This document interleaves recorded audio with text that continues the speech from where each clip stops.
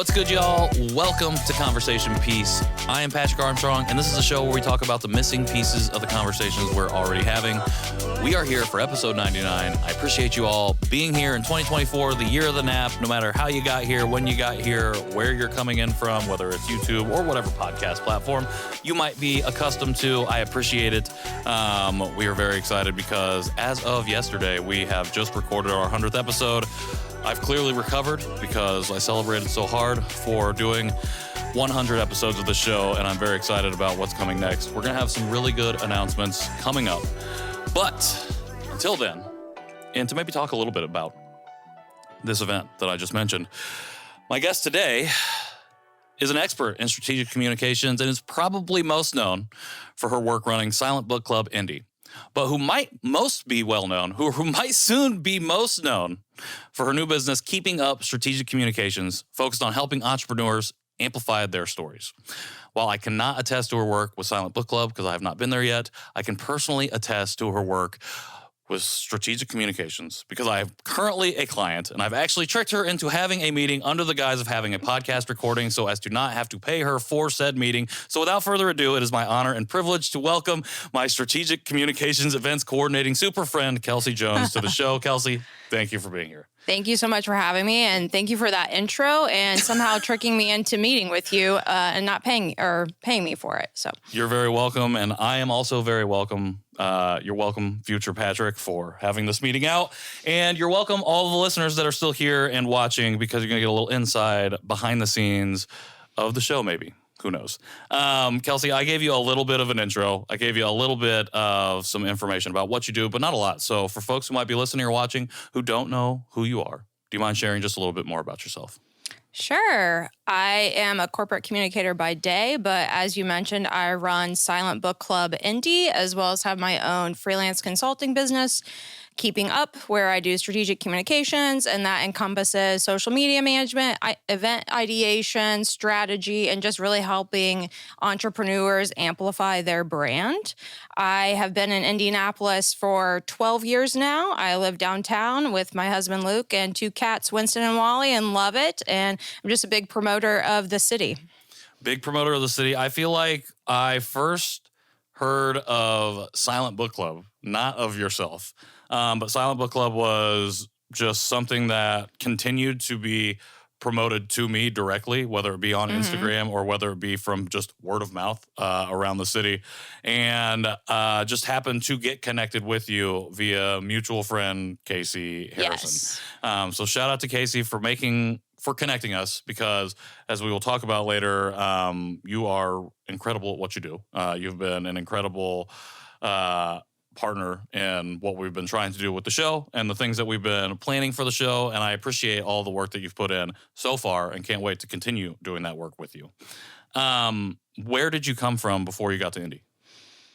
Wow. So I was born and raised in a little town called Oxford outside of West Lafayette. I lived there most of my life. I then went to university at Ball State. Chirp, chirp, if we have any Ball State listeners. And I came to Indianapolis after, I guess I first lived with my parents for a year, as one does, save some money, and then came to Indianapolis. My first career was actually in hospitality and food management.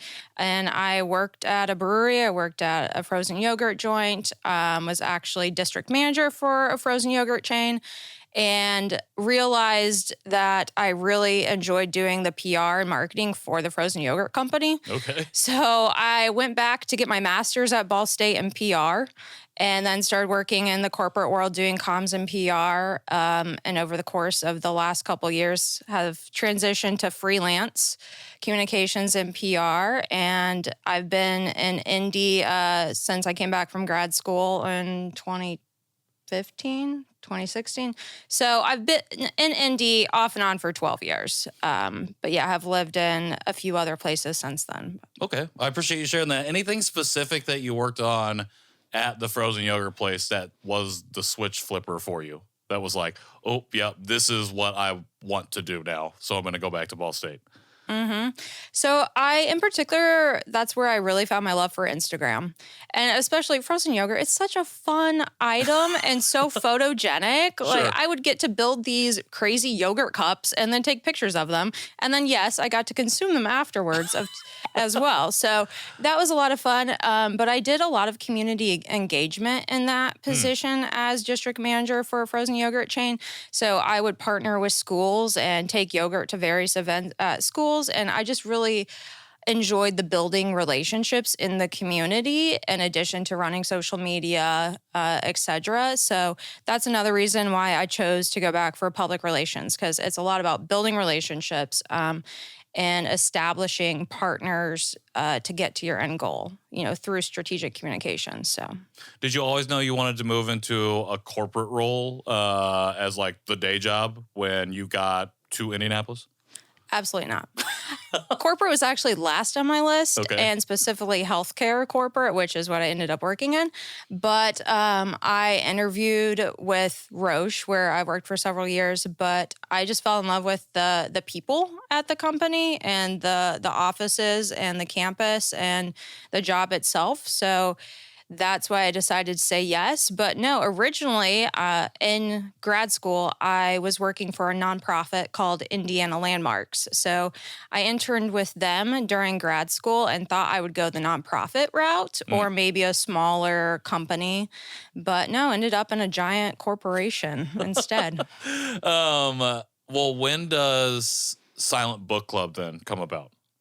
Yes. So I started Silent Book Club Indy 2 years ago, so April of 2022. I was looking for a way to meet people after the pandemic, start getting back out, going to events. I was also looking for more of a creative outlet than what my day job was giving me.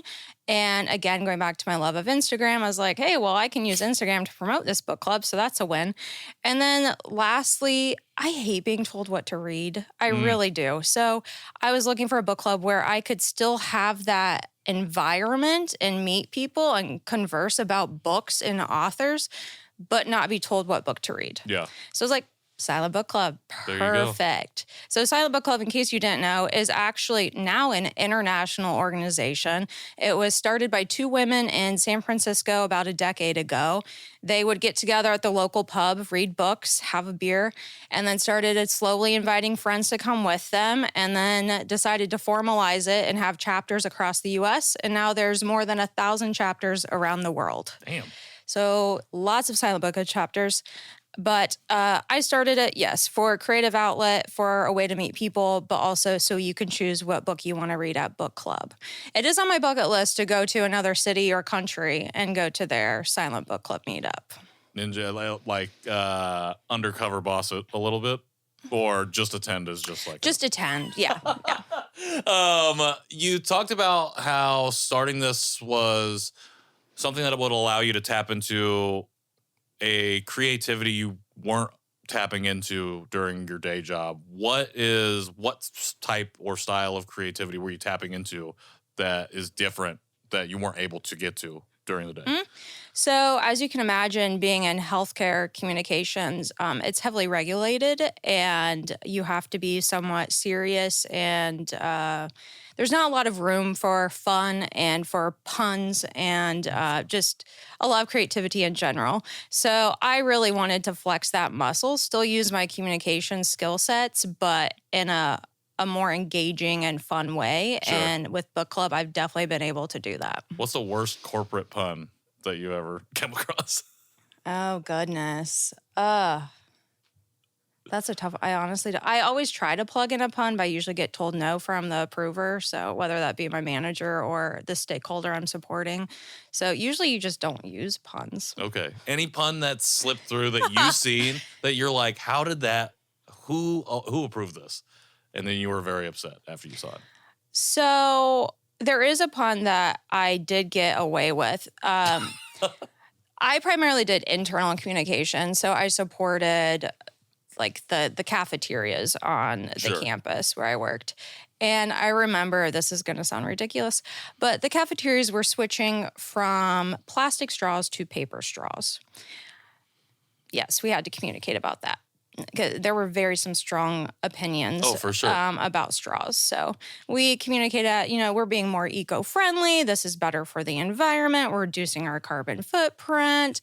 But I threw in some puns about like sucking and, Okay. green puns, anything and everything. And I actually got away with it. So Did it work, do you think? I think it was more engaging. It got a lot of reads on our intranet. It got people talking, which is always a good thing, regardless of whether they were pro paper or not. It got people talking. I say you're doing your job then. As PR and marketing, you're getting the conversation going, and I think that you accomplished what you needed to accomplish. I said earlier that Silent Book Club was what I first heard about when I even came into your orbit, and I feel like in the 2 years that you've been doing, it's grown pretty large. You've built a pretty big community, and it has become a pretty sought after thing to attend. What has been the most enjoyable aspect of Silent Book Club for you after these 2 years? Hands down, just seeing the community that Silent Book Club has created. I was actually looking at numbers prior to this podcast, and our first year, we did about 120 readers throughout the year at our monthly meetups. And this year alone, and we're only in August, we have had nearly 1,000 readers at our meetups, and we have one a month. So we've been accommodating more readers. We've been creating a sense of community. I think people find it inclusive and inviting, and we don't judge what you're reading. We're pro-banned books. So I think it's just been a great space for people to gather and meet new people. A lot of people that come, I'm always surprised every meetup how many individuals say they've never been to Silent Book Club, because I'm like, okay, we've been here for about 2.5 years now, and we constantly have dozens of people, if not more than that are new every single month. And I especially appreciate when people say, thank you for creating this space. Thank you for creating an environment for an introvert to come and be among other people, and maybe not socialize, but be among other people. Or maybe they do start socializing and they meet a friend, and then the next meetup, they come with that friend intentionally together. So that's hands down my favorite part, is the sense of community and the space that's created. Well, I know one of the things that people have always said whenever I'm speaking with them about it has been like, oh, I got off the wait list, essentially, because there seems to be like always a sellout of tickets, and it's just like if you get in, you get in, and it's something to be celebrated. And I love the idea of community, and like you said, one of the reasons you started was not just to be able to read what you want, but to be able to go meet new people. And the fact that now other people are able to attend and walk away with that experience, I think is a beautiful thing. What's one of the biggest misconceptions about Silent Book Club? I would say that it's for females. Okay, that's interesting. Yes, a lot of people are, oh, well, that's for women, or that's girly, or that's female oriented. So come, check it out. So the patriarchy, essentially. Yes. That's the biggest misconception on anything, really. But one of the things I think, too, that's really incredible over 2.5 years is seeing this expansion and this growth. And I think with Silent Book Club, feels like a lot of it probably falls on your shoulders, but I don't think it's something that you do on your own. So I was wondering who helps you run events that host thousands of people. Correct. Yes. My husband, Luke, earlier this year or end of last year, pushed getting volunteers for Silent Book Club because he was my volunteer. So I did a call out the end of last year for what are now called book ambassadors. So we have 12 volunteers that help me create social media content. They'll take pictures at events. They'll do bios of readers at the events for posting on social media. They also help with check-in, which when you have 200 people at a meetup, that is crucial. And they also just help create that warm and inclusive environment and make people feel welcome, go around and pass out bookmarks and ask people what they're reading. And if it's someone's first time and maybe they didn't come with anybody, help connecting them with someone else that's there so they have a friend. But Yeah. I love it. Shout out to my book ambassadors. They're awesome. Shout out to the book ambassadors. And that's a perfect segue into a recurring segment that we have on the show called Give Them Their Flowers, where our guests share one person or a few people or whoever they want to, that they want to highlight and give their flowers to at the moment. So, Kelsey, is there anybody that you'd like to specifically highlight and shout out and give their flowers to today? Yes. So my grandma recently passed away. So I'm going to give her some flowers in her memory wherever she may be, whether she has her own planet now or is in the heavens, wherever. Here's some flowers, Grandma. Shout out to Kelsey's grandma. Shout out to Kelsey's grandma. We're going to get flowers somehow to you to take to her wherever you need to take them to. And shout out to Frida's Flowers for sponsoring this segment. And thank you for that. That was beautiful. I want to move to keeping up, because I think this is, while you've been helping me, I think this is fairly a new venture, because I do believe while you have an Instagram account, your first post was as of this recording. Is That's that correct? Yes. Okay. How does it feel to make that first post and to make this announcement of like, hey, I'm doing this now on my own? Like officially, publicly, with like a brand and a name and a face to it. It is scary and exciting all at the same time. I launched Keeping Up earlier this year. Well, I really started doing freelance last year, a little over a year ago. Shout out to Brittany Baxter with Eat Surreal, who does Amazeball. She was my first client last year before I even had a brand name or contract or any of those formal business things. So I formally launched Keeping Up earlier this year and got the LLC, the bank account, all of the things you do when you have a small, the really fun stuff, reading legal paperwork. Yes, all of that. And then recently got Instagram. And as you saw, just posted today. Why is now the time to go live, to go public and be like, let's take on all comers when it comes to like whatever it is that you want to do? Mm-hmm. So I'm thankful that I've been able to leverage my network in Indianapolis, and it got to the point where I've had so many people reach out to me for communication support, whether it's social media or media relations or like you, event support. And it was just getting to the point where I'm like, I need to formalize this a bit more and have that, formal LLC Keeping Up, have that bank account, have contracts in place. So it just got to the point where I'm like, I either got to go all in or I need to tell people, no, I'm not going to go that route and not do it. Yeah. So I decided to take the leap. Yeah. You're helping me with events specifically, but I think you dabble or work in a number of different pillars. What all types of communication support do you provide? Yeah. So really with every client, I start with a strategy session. So that's how I understand what your brand and your goals and priorities are, as well as I hope it helps you better understand your own brand too. We do a SWOT analysis. So what are your strengths, weaknesses, opportunities, and threats? Who do you think your competitors are in the local community? Where are your biggest opportunities for growth, and where you think that you can leverage my skill sets the best? What gaps do you have? So that I do with every single client, but I also offer media relations. So if you're just wanting to get your brand out in local publications or with local influencers, I do that type of work. I do a lot of social media management, so drafting content, but could also be managing your platforms. And then event ideation, so coming up with event concepts for your brand to get the name out, and also helping with event logistics if needed. And then really just all of the implementation and execution, because if you have a strategy but you don't implement it, what's the point? So making sure staying on task and measuring success as well. I feel like that was pointed at me. Not at all. I'm just kidding.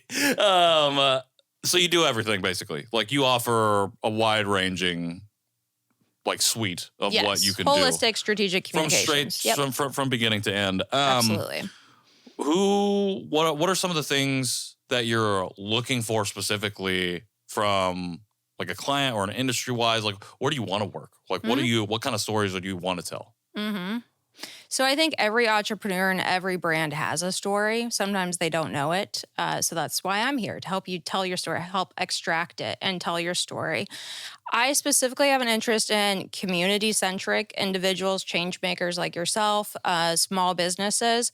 I also, because I have a background in the hospitality industry and I'm actually working on a graduate certificate in food communications, I have an interest in food and beverage and hospitality. So those are kind of the spaces I think I'm somewhat of a subject matter expert and work in and want to do more of. I like it. And you heard that here, audience, change maker.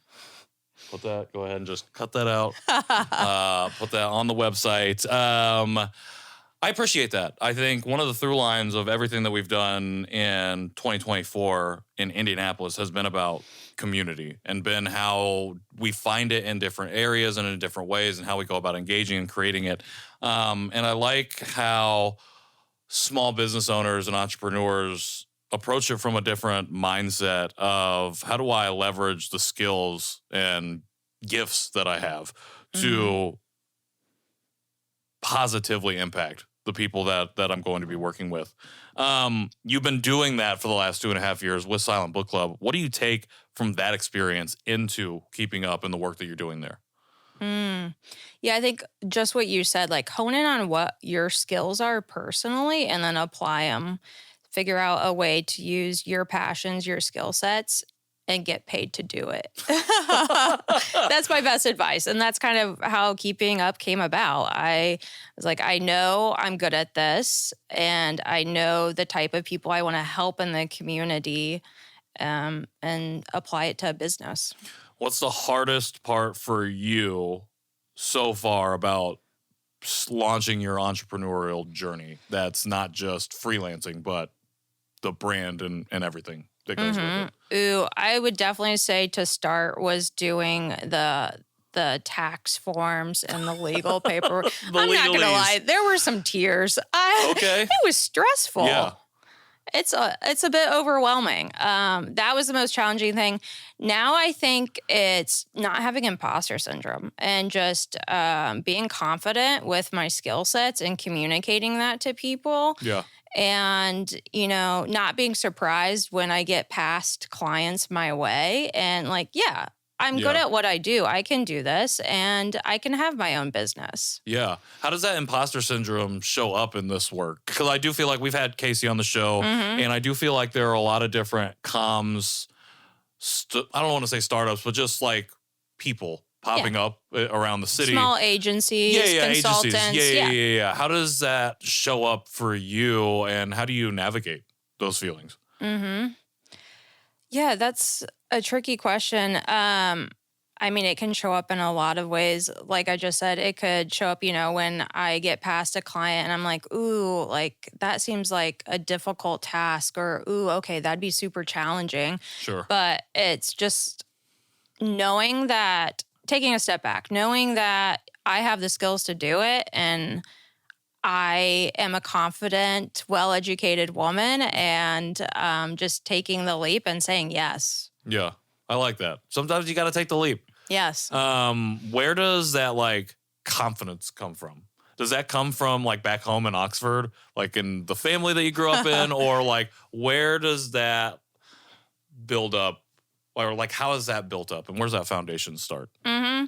I have not always been overly confident. I would say that is something I've honed in on in my late 20s and into my 30s. I do come from a family of very confident, hardworking women, though. I will say that. And I think my mother always empowered my sister and I to say yes and to do the work, but also know that you can do more, and don't be afraid to take the reach, whether it's getting an advanced degree or whether it is starting your own business or trying, a new skill set or a new career that you might not be affluent in yet. Yeah. So just always being curious, and then understanding that you do have the skills to do that. And like I said, taking the leap. Yeah. I appreciate that because I feel like I've seen that curiosity show up in working with you.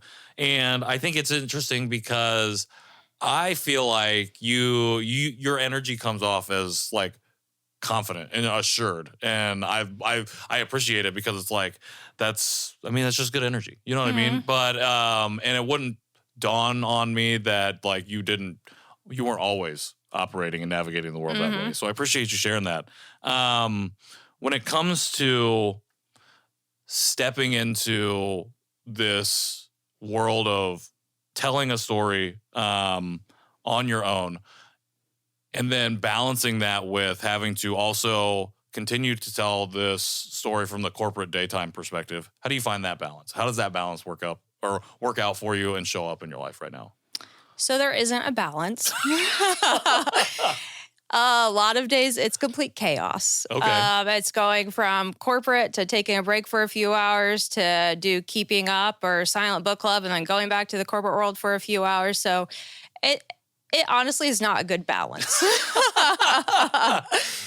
um, So how are you trying to find it in the chaos of work, which is interesting because you're managing other people's marketing and strategic communications, and it doesn't necessarily mean that you're not taking care of them, but it's just like you have a lot going on. So how do you trying to find pockets of self-care, I guess I should say? Balance, I think, is probably some form of self-care, I think, but yeah. how are you trying to find it? And I don't want to say things are like out of balance. I think work-life balance, I think it ebbs and flows, right? Like at times you're going to have more work than you are your personal time for yoga, for going on that run or whatnot. It kind of ebbs and flows where other times work might be slower, so you have more time to spend on yourself. But I've been trying to get better at time blocking and also doing that yoga class that, I've been putting off for the last 3 weeks. Well, maybe I should actually go this week. Or, every Wednesday morning I go for a jog. That's my morning. I get out around the neighborhood, go for my jog. Sometimes I stop and get a coffee. Whereas other days I usually try to push my workout back to the evening. But it's nice, especially in that summertime, just like get out, get some fresh air. Yeah. And take that time. So time blocking has become very important. Sometimes you got to go out and touch grass. Yeah, exactly. Who did we talk to about that? Shay? Was that Shay? Okay. Yeah. That makes sense. Like take your shoes off. Yeah. Touch the grass. Yeah. I think that's funny. And I appreciate you sharing that. I appreciate you sharing that little bit of your story because I think that those like human parts of ourselves, like that we kind of like the people don't see on social media. They don't generally hear unless you share it in like an interview like this. Those are what really make up what ends up the finalized product, what ends up on the feed. What do you think as you start to tell more and more stories of small business owners and entrepreneurs in the city? What do you think the advantages are for an Indianapolis-based business right now to tell stories in this city and in this market? There's a lot of opportunities. I think no matter what industry you're in, whether it's food and beverage, whether you're a nonprofit, et cetera, Indianapolis is, I don't want to say it was down, but it's definitely on an upswing. Like there's a lot happening in Indianapolis, and not just in sports, like a lot of people go to first and foremost. But I think there's a lot of events to get out and tell your story with, whether it's fairs or networking events, etc. There's always something going on. Yeah. And I know some new people that come to the city or some that have lived here for a long time, unfortunately, are like, there's just not enough to do. And I'm like, I feel like we live in different cities because I usually have the problem. I have multiple events in any one day and I have to decide which one I'm going to go to. Sure. So there's a lot of opportunities to tell your story through those types of events, whether depending on what your service or your product is, whether it's having a booth at an event or just networking or being on a panel discussion or speaking, being on a podcast. Yeah. There's so many opportunities. And then, of course, there's all of the social media platforms where you can connect with others in your industry and other like-minded folks to tell your story as well. I think it's so interesting you bring up people saying like there's not a lot to do here. I used to be one of those people for sure, but I also feel like I've been seeing that comment a lot recently, and I feel similarly to you that I feel like I live in a different part of Indy where there's a lot of things going on. Do you think that's as a communications expert yourself, is that a communications problem?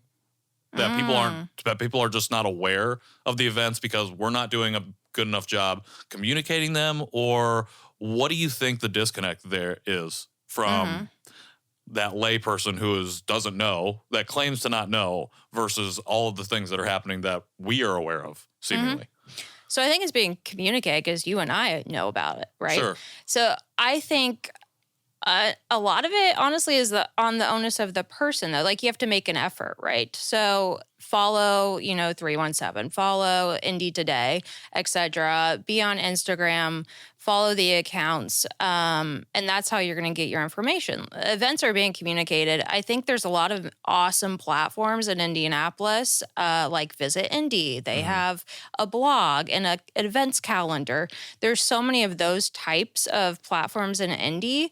Just follow one of them, and I feel like you'll be in the know, whether it's signing up for their newsletter, following them on Instagram, just looking at their calendar.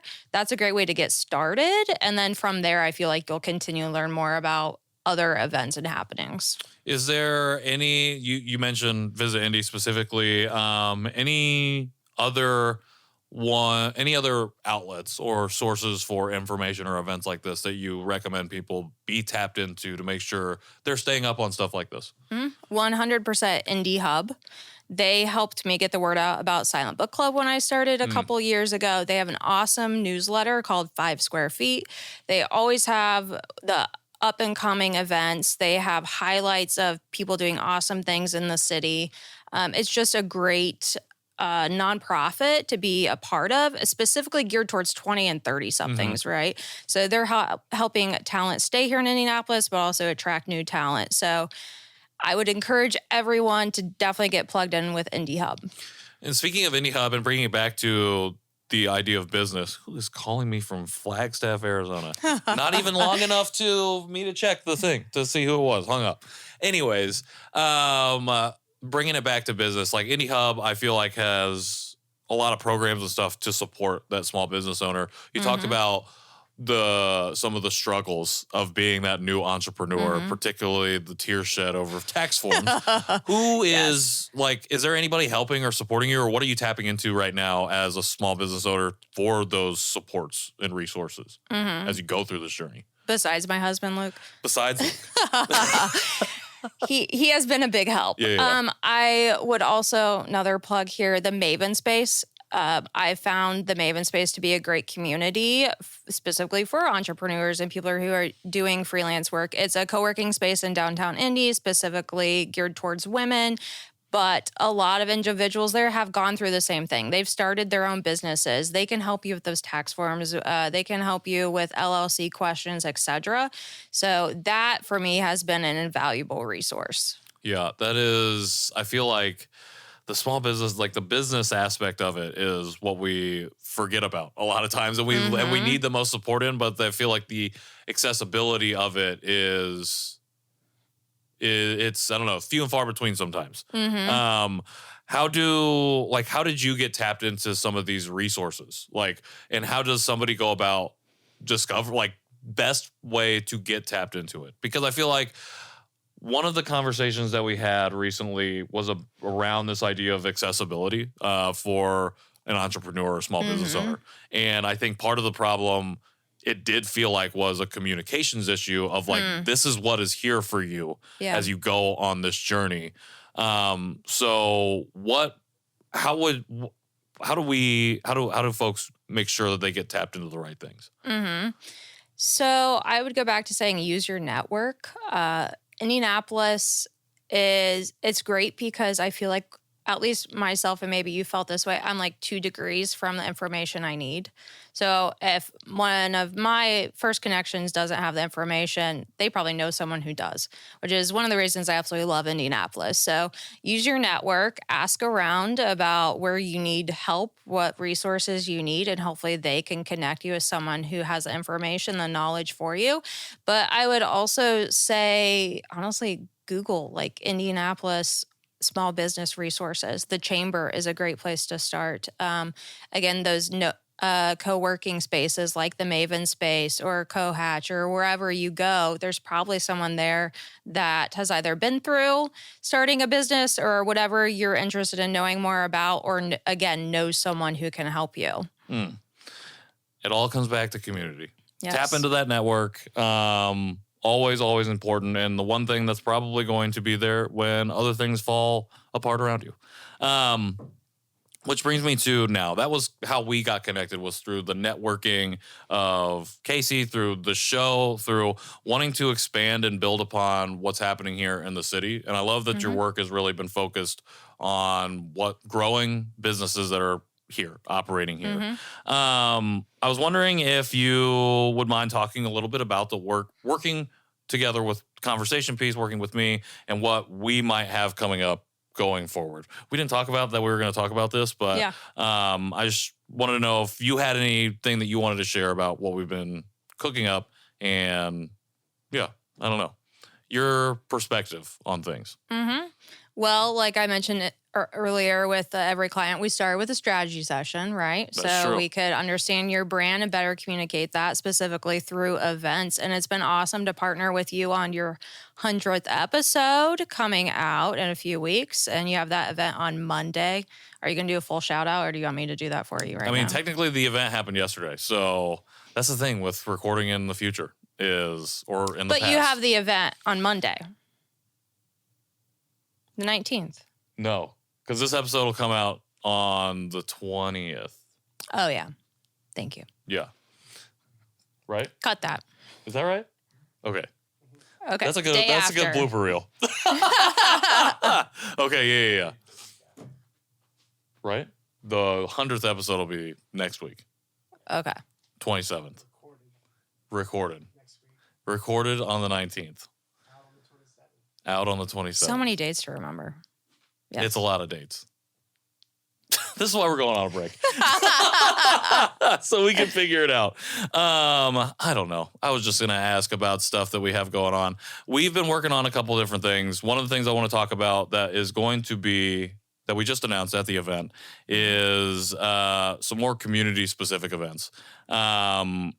Originally, we talked about how do we engage with folks and have conversations about what's happening in different parts of the city, and also incorporate, because I'm a big food person, incorporating food into that.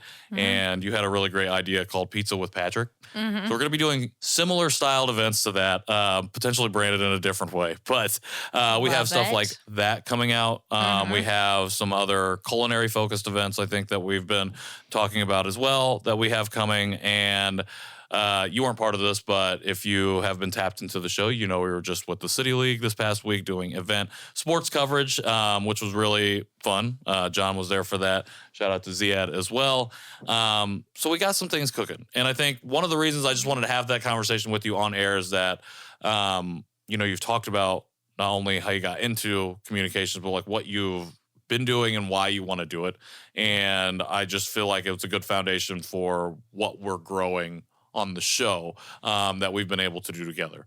And you've been the silent hidden partner team member of the crew of people who have slowly grown over the last 6 months to help build the show into what it is. So that was the only reason I was bringing this up, and it devolved into madness, and we brought it back. So it's all good. Before we depart, I want to ask if there's anything you'd like to share with anybody who is looking to break into communications work in the city. What is something that you would say they need to make sure that they're focused on and working towards if they're going to get into that space here? I would say if you're interested in the industry, definitely shadow someone, or depending on where you are in your career, do an internship to make sure it's something you're interested in and passionate about. There's so many amazing, like you were saying earlier, small communications and marketing agencies in the city, and individuals that are just, hustling themselves. So if you follow some of them on Instagram, reach out to them. Be like, hey, I'm interested in doing what you're doing. I'd love to follow you for a day. And I guarantee you that a lot of them are going to say yes, because that's the type of community we have in Indianapolis. And I've been amazed, specifically in the communications and PR industry here, how helpful the women are and the men in this industry. They love connecting each other. Like there's constantly women who email me and are like, hey, I'm at bandwidth right now, but I have this person that needs X, Y, and Z. Are you interested in taking them as a client or helping them with this project? Constantly emails about that. And I hope to do the same for others as well. So definitely job shadow, do an internship, depending where you are in your career. Go to networking events. We have a public relations society here in Indianapolis. Go to their events, join their chapter. There's also the American Marketing Association that has an Indianapolis chapter. So just get out, meet people, learn, take webinars. I mean, since the pandemic, there's so many online opportunities too to expand your education skill sets. Well, I appreciate everything that you've dropped in this episode and everything you just shared right there, because I feel like it is a list of things that you can tick off in order to best set yourself up for success, especially if you're starting a small business here in Indianapolis and you're looking to connect. And the networking, again, that's how we got connected. It was because somebody was at capacity and emailed Kelsey and said, I have this person, and here we are. If people want to find Silent Book Club, support Silent Book Club, follow along, get tickets, how do they do that? And if they want to do it with Keeping Up, how do they do that as well? Yes. So Silent Book Club, the best way to keep up on that is Full circle. We got to the pun. Is SBC Indy on Instagram, or you can follow Silent Book Club Indy on Eventbrite. And I highly recommend setting up notifications on Eventbrite so you know when tickets are going to be released. And also, if people cancel their tickets to an event that was originally sold out, you can then be first dibs on grabbing the canceled tickets. So that's the best way for Silent Book Club. And then with Keeping Up, and we didn't even talk to it is kind of, a reference to my last name, Jones. I don't know if you put two and two together. Keeping Up with the Joneses. I did not put that together ever until this very moment. So, yes, reference to my last name. You can, again, follow on Instagram at Keeping Up Comms on Instagram. Had my first post today, so now there's content to take a look at. Content. Yes. Funny side story. Growing up, my answering machine at my parents' house had Keeping Up with the Joneses on it. So nice. Also reminiscent of that. Did you always know you're going to have a business with that name? No, it actually just came to me earlier this year. I was like, I think that's perfect. It is. I like it. You landed on it. You nailed it. And we're going to have links to everything, to all of those things in the show notes so people can click on them if they're not already following you. And Kelsey, I really appreciate everything you shared and for sitting down and doing this on short notice and for helping me and us get 100 to be what it was and what it is. I appreciate you. Thank you so much for having me. This was a lot of fun. Yeah, absolutely. We will definitely have more conversations. For everybody else, new episodes on Tuesday for the next one Tuesday. And then we are going to be taking a small break, but you will be hearing more about that in a little bit. Other than that, you can go to conversationpeacepod.com to find out all the other stuff and check out the new merch thing that we have listed up there because it is up there and it is real. Conversation Peace Pod on Instagram if you want to follow us for other stuff, YouTube, and anywhere that you get your podcasts to listen or watch. And other than that, this has been Conversation Peace, and I've been Patrick Armstrong. This has been 99 episodes. We will see you all for 100.